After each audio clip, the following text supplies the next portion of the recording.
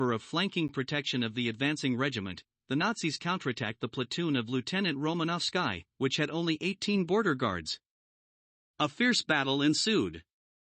Lieutenant Romanovsky, seeing the significant numerical superiority of the enemy, could have abandoned his position at the beginning of the fight. But then he would have exposed the flank of his regiment, and therefore, the Germans would be able to strike from the rear at the battalions advancing on Samodorovka. A border guard officer could not do this. He decided to pin down and destroy the enemy with a circular defense. Romanovsky's platoon completed the task, the enemy was detained, and then defeated by the approaching forces. When the soldiers of the 224th Regiment broke into Samodorovka, they saw 18 heroically dead Soviet soldiers on a small piece of land plowed by shells. Romanovsky's body was literally riddled with bullets. About 100 Germans met their death on a height defended by a handful of border guards. According to Korolev VEF, there is an order to award the fighters of Lieutenant Romanovsky's platoon. All 18 of them were posthumously nominated for the title of Hero of the Soviet Union, but the stars never found their heroes. 8 months later, the order was changed, and instead of the highest awards, they were given the orders of the Great Patriotic War. Throughout the history of the Great Patriotic War, there were only 3 instances when a heroic title was awarded to entire groups. This could have become the 4th. Now we are striving for justice to prevail, for all border guard warriors to be posthumously awarded the deserved title, and for a memorial sign to be established at the battle site of Romanovsky's platoon. After the start of the German offensive on July 5, the Supreme High Command ordered almost all fronts to transition to active offensive actions. This was done to deprive the enemy of the ability to maneuver their reserves and to transfer troops to the Kursk direction from other areas of the front. The troops of the southwestern and southern fronts played a particularly important role.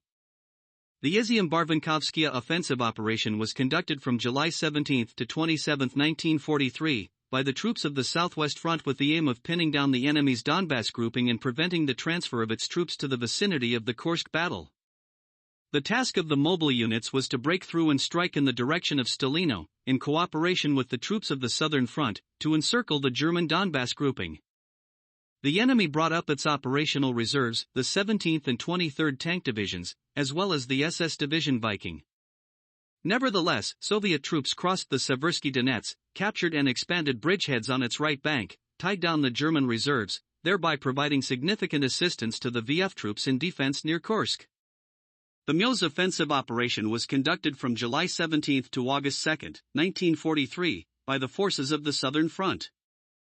The task at the front was to sequentially crush the opposing forces of the 6th Army and to distract the enemy's reserves from the Kursk direction.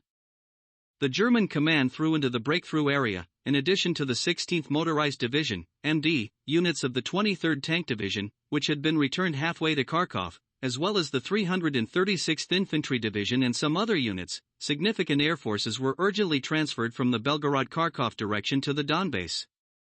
On July 29, from under Kharkov, the 2nd SS Tank Corps consisting of tank divisions, Deadhead, Reich, and also the 3rd Tank Division was repositioned to the area of the bridgehead on the right bank of the Meuse. In the created situation, the troops of the Southern Front were unable to break through the heavily fortified defenses of the enemy and reach the center of the Donbass. An order was received to withdraw to the left bank of the Meuse.